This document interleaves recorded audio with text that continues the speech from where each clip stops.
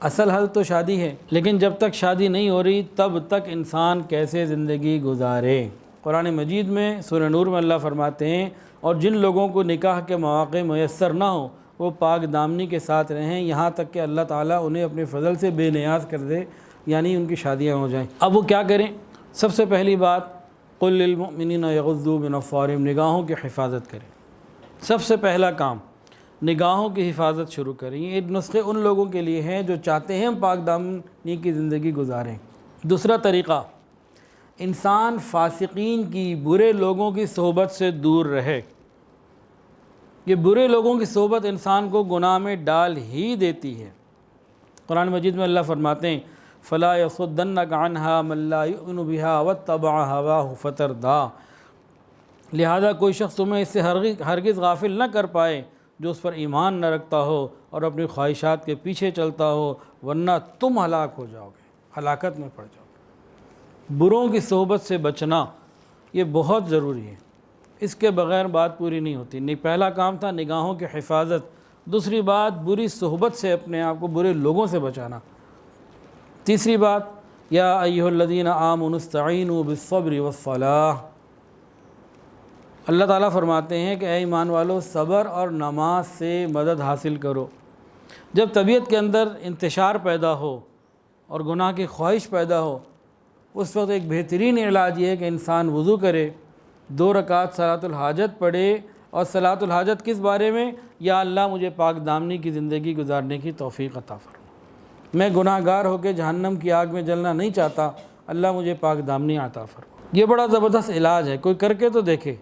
جب یہ طبیعت میں پیدا ہو کیفیت، انسان اللہ سے مانگے، نماز کے ذریعے مدد مانگے، پھر دیکھیں اللہ کیسی رحمت کا معاملہ فرماتے ہیں۔ اور اس کا سب سے بہترین ٹائم تہجد کا وقت ہے، تیر بہدف۔ تہجد میں انسان اٹھ کے 2 نفل پڑھے اسی نیت کے ساتھ کہ اللہ میں پاک دامنی کی زندگی گزارنا چاہتا ہوں، مجھے تحمل بھی عطا فرما، اور ساتھ ہی ساتھ اپنے لیے اللہ سے جوڑ بھی مانگ لے۔ چوتھا علاج ذکر کی کثرت، اللہ رب العزت کا کثرت سے ذکر کرنا۔ ہمارے مشائخ نے فرمایا فکر کی گندگی ذکر کی کثرت سے دور ہو جاتی ہے۔ انسان جتنا کثرت سے اللہ کا ذکر کرے گا فکر کی گندگی دور ہوتی چلی جائے گی۔ یہ کتنے ہو گئے جی؟ 4 علاج۔ اب 5واں علاج سن لیجئے۔ حضور پاک صلی اللہ علیہ وسلم نے ارشاد فرمایا جو شخص نکاح پر قدرت نہ رکھتا ہو اسے چاہیے کہ وہ روزے رکھے۔ یہ روزے رکھے گا اللہ تعالیٰ اس کے لیے آسانی پیدا فرما دیں گے۔ بھوکا رہنا، بھوکے رہنے سے شہوت بھی ٹوٹتی ہے اور تکبر بھی ٹوٹتا ہے۔ ایک اللہ والے بھوک کے فضائل بیان کر رہے تھے، کسی نے کہا بھوک بھی کوئی چیز ہے اس کے فضائل بیان کیے جائے، یہ کوئی کوالٹی ہے، یہ کیا چیز ہے یہ؟ انہوں نے فرمایا کہ فرعون کو اگر بھوک لگتی ہے تو خدائی کے دعوے نہ کرتا۔ تو بھوک سے شہوت بھی ٹوٹتی ہے اور بھوک سے تکبر بھی ٹوٹتا ہے، یہ نفس سیدھا ہو جاتا ہے۔ تو نبی علیہ السلام نے فرمایا روزے رکھے۔ تو معلوم یہ ہوا کہ یہ ساری جو خرمستیاں پیدا ہوتی ہیں نا، پیٹ بھرے کی کہانیاں ہیں، پیٹ بھروں کی باتیں۔ جب بھوک ہوگی تو انسان خود بخود سیدھا ہوگا۔ تاہم یہاں روزے رکھنے سے کیا مراد ہے؟ ایک آدھ روزے سے ہم جیسوں کو فرق نہیں پڑنے والا، روزے پہ روزے رکھیں۔ کئی روزے رکھنے پڑیں گے پھر جا کے اثر شروع ہوگا، اور وہ بھی روزے ایسے رکھنے پڑیں گے کہ افطاری اور سحری ذرا مناسب کرے، کہ افطاری میں جناب اتنا کھا لیا کہ سحری تک بھوک نہیں، سحری میں اتنا کھا لیا کہ افطاری تک بھوک نہیں، تو نفس ٹوٹے گا کب؟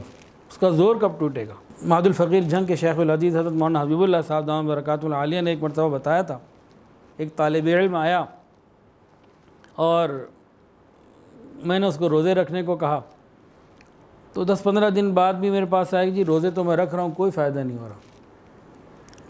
افطاری سحری کا کیا کرتے ہو کہ جی اتنی روٹیاں سحری میں تو اتنی افطاری میں، کہ بھئی اس کو کم کرو۔ خیر پھر اس نے کیونکہ سچی طلب تھی، بچنا چاہتا تھا، پاکیزہ ماحول میں بھی تھا، تو اس نے کیا کیا، اس نے بھی 2 روزے رکھے جس میں صرف پانی سے روزہ کھولا اور پانی سے سحری رکھی، افطاری اور سحری میں پانی ہی رکھا۔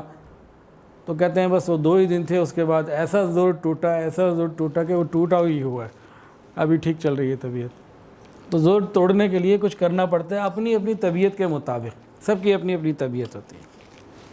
اچھا جی، چھٹا علاج باوضو رہنا۔ وضو کیا ہے؟ مومن کا ہتھیار، سلاح المؤمن۔ اور شیطان کون ہے؟ مومن کا دشمن۔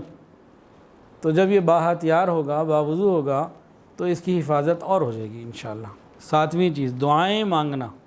یا اللہ میں بڑا کمزور ہوں، میں جہنم کی گرمی برداشت نہیں کر سکتا، مہربانی فرما دیجئے، پاک دامنی کی زندگی عطا فرما دیجئے۔ تو انسان اپنی زبان میں اللہ سے مانگے، تاہم نبی علیہ السلام نے بھی بعض دعائیں اسی مقصد کے لیے بتائی ہیں۔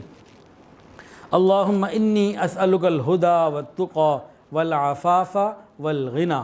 اے اللہ میں آپ سے ہدایت، تقوی، پاک دامنی اور غنا کا سوال کرتا ہوں۔ ایک دعا ہے اللہم الہمنی رشدی واعذنی من شر نفسی۔ اے اللہ مجھے سیدھے راستے کی رہنمائی عطا فرما اور نفس کی برائی سے اپنی پناہ عطا فرما۔ تو ہم اللہ سے مانگیں تو مانگنے سے بھی ملے گا۔ حضرت بایزید بسطامی رحمۃ اللہ علیہ فرماتے ہیں کہ ایک رات تھی، میرے اندر شہوت کا بھرپور زور اٹھا، میں اٹھا، وضو کیا، 2 رکعت نفل پڑھی، صلاۃ الحاجت، پھر اللہ سے خوب مانگا۔ وہ ایسا مانگا کہ اس کے بعد عورت اور دیوار میں میرے لیے فرق نہیں رہا۔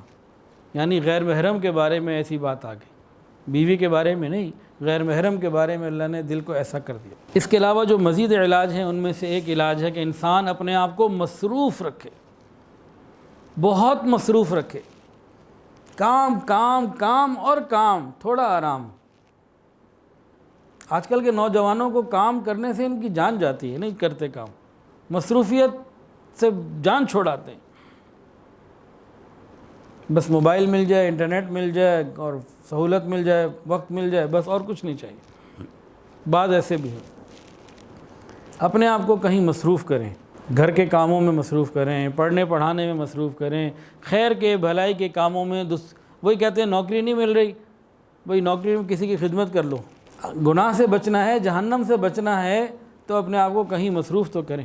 تبلیغی جماعت میں وقت گزار لیں، 4 مہینے کے لیے چلے جائیں، چلے کے لیے چلے جائیں، خانقاہوں میں چلے جائیں، کہیں نہ کہیں اپنے آپ کو مصروف رکھیں۔ وقت فارغ ملے تلاوت قرآن مجید، کوئی بھی دینی کتاب جو ہے اس کا مطالعہ شروع کر دیں، کسی معذور یا بیمار کی خدمت ذمہ لے لیں، اپنے آپ کو مصروف رکھیں۔ یہ مصروفیت بہت بڑی نعمت ہے، بہت بڑی نعمت ہے۔ آج میں مسجد سے نماز پڑھ کے ظہر کی جب گھر آیا تو مسجد کے دروازے پہ ایک صاحب مل گئے، جی میں اپنے بچے کو دم کرانے لانا چاہتا ہوں، آپ کر دیں گے؟ لے آئے۔ میں گھر آیا ہوں تو پیچھے پیچھے وہ بھی 10 منٹ میں پہنچ گئے، بچہ بھی لے آئے۔ بچہ میں اندر تھا امی کے پاس، تو بیگم صاحبہ نے کہا جی کوئی مسجد سے آیا آپ سے ملنا چاہتے ہیں۔ میں نے کہا ایک صاحب بچے کو لے کر آئیں، تو میں نے کہا ہوگا 2-3 سال کا بچہ، وہ جناب 31 سال کا بچہ لے آئے۔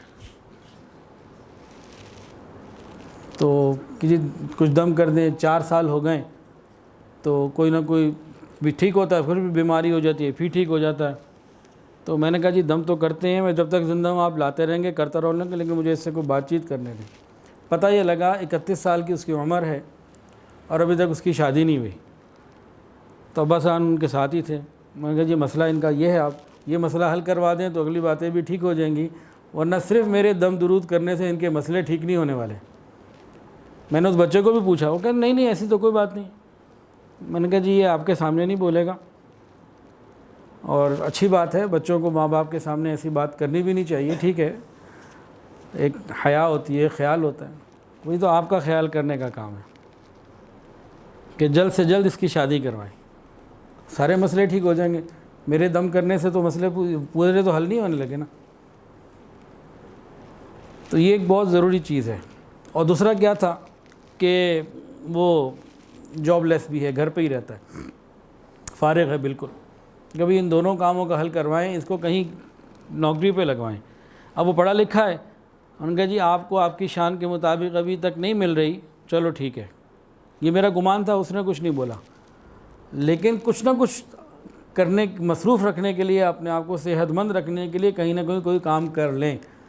اور آپ یہ سمجھتے ہیں نا کہ نوکری نہیں مل رہی، آپ کسی کے پاس جائیں کہ جی 20,000 مہینہ مجھ سے لے لو، مجھے جاب پہ رکھ لو۔ اپنی صحت کا اور اپنے آپ کا تو خیال کریں۔